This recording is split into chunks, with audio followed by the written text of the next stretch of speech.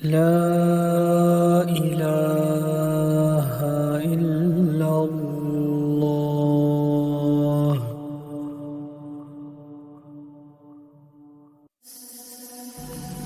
عالم اسلام میں سے عالم عرب ان کے شکنجے میں جا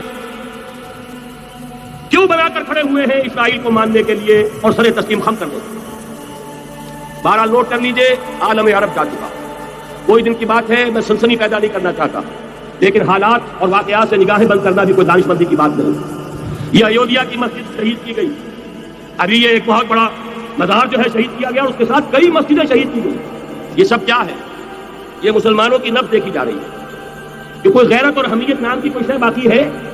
جیسے علامہ اقبال نے وہ نظم لکھی تھی عبدالقادر روہیلا بڑا ظالم جفاجو کینہ پرور تھا، لیکن یہ کہ اس نے جو ایک ٹیسٹ لیا تھا کہ وہ جو عورتیں ہیں تیموری خاندان کی، ان میں کوئی رمق رہ گئی ہے. معلوم ہوا کہ نہیں، کہ غیرت نام تھا جس کا کئی تیمور کے گھر سے ختم ہوا، غیرت نکل گئی. اسی طرح ایودھیا کی مسجد، اب چرار شریف، اور یہ کوئی دن کی بات ہے کہ اب مسجد اقصیٰ کا نمبر آیا کہ آیا. اس کے لیے پوری تیاریاں ہو چکی ہیں. یروشلم کا مشرقی حصہ خالی کرایا جا چکا ہے، اس کے اندر اب پورا تسلط یہودی کر رہے ہیں. یہاں تک کہ یاسر عرفات صاحب نے بھی کچھ نہ کچھ جو ہے احتجاج کی بات کی ہے، حالانکہ اب تک ہر بات مان کر نقار زیر پر تھا. لیکن یہ کہ ایک وقت آتا ہے آخر کار اسے بھی کچھ بولنا پڑ گیا ہے. لیکن یہودی اب پیچھے قدم ہٹانے والا نہیں ہے. ان کا تھرڈ ٹیمپل 30ویں مرتبہ ہیکل سلیمانی تعمیر ہونا ہے. نوٹ کر لیجئے، ان کے لیے وہ وہی کچھ ہے جو ہمارے لیے کعبہ ہے. ان کے لیے ہیکل سلیمانی بالکل وہی حیثیت رکھتا ہے جو ہمارے لیے کعبہ. وہ ہیکل سلیمانی ایک مرتبہ پہلے نبوکدنصر کے ہاتھوں مسمار ہوا، پھر سن 70 عیسوی میں ٹائٹس کے ہاتھوں مسمار ہوا. سن 70 کے بعد آج 1995 میں کتنے برس ہو گئے؟ پورے 1925 برس ہو گئے کہ ان کا کعبہ زمین بوس پڑا ہوا ہے. اب تک تو ان کا بس نہیں تھا، اب تو بس ہے کہ نہیں؟ اب ان کی حکومت ہے کہ نہیں؟ اب شاہ حسن ہو جائے شاہ حسین، ان کے نوکر اور چاکر ہیں یا نہیں؟ اب انہیں ڈر کس کا ہے؟ لہٰذا کوئی دن کی بات ہے، مسجد اقصیٰ شہید ہوگی اور ٹیمپل کی تعمیر ہوگی. یہ تو بہرحال ایک نقشہ ہے. اگلا نقشہ آپ کو بتانا چاہتا ہوں، ایک دوسری تصویر ہے. یہ تصویر ہے زمینی، ایک تصویر ہے آسمانی. تو مکروا ومکر اللہ واللہ خیر الماکرین. انہوں نے اپنی سی تدبیریں کی، اللہ نے اپنی تدبیر کی، اور ظاہر بات ہے اللہ کی تدبیر سے بہتر تدبیر کس کی ہوگی؟ چنانچہ یہودیوں کی سازشیں اس وقت بھی ناکام ہوئی تھی یا نہیں؟ ظاہر بات ہے جعل الحق وزهق الباطل ان الباطل کان زهوقا.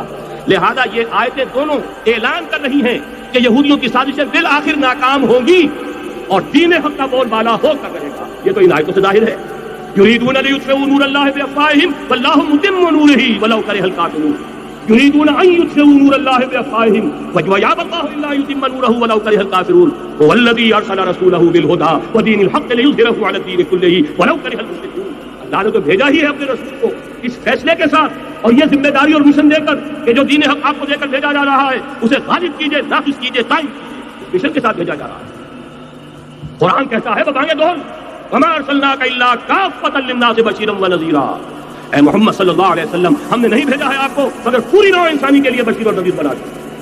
تو جان لیجئے کہ یہ مقصد بعثت محمدی صلی اللہ علیہ وسلم تمام کمال اس وقت پورا ہوگا جب کل عالم انسانیت پر، کل روئے ارضی پر اللہ کا دین اسی طرح غالب ہو جائے گا جس طرح کہ محمد رسول اللہ والذین معہ صلی اللہ علیہ وسلم رضی اللہ تعالیٰ عنہم اجمعین، ان کے ہاتھوں سے، ان کے ایثار سے، ان کی قربانیوں سے، ان کا نقشہ آپ کے سامنے مولانا کھینچ چکے ہیں. ان کے ایثار، ان کی قربانیاں، ان کی محنت، ان کی جفاکشی، ان کی سرفروشی، ان کے جان تن من دھن لگا دینے کے نتیجے میں جیسے اس وقت غالب ہوا تھا کل روئے ارضی پر غالب ہوگا، تب کہیں جا کر مقصد بعثت محمدی مکمل ہوگا. یہی وجہ ہے اقبال نے کہا تھا وقت فرصت ہے کہاں، کام ابھی باقی ہے. نور توحید کا اتمام ابھی باقی ہے، لیکن ساتھ ہی خوشخبری بھی دی تھی. یہ چمن معمور ہوگا نغمہ توحید سے، آئے گا وہ دور. یہ چمن معمور ہوگا نغمہ توحید سے، لازمن آتا رہے گا.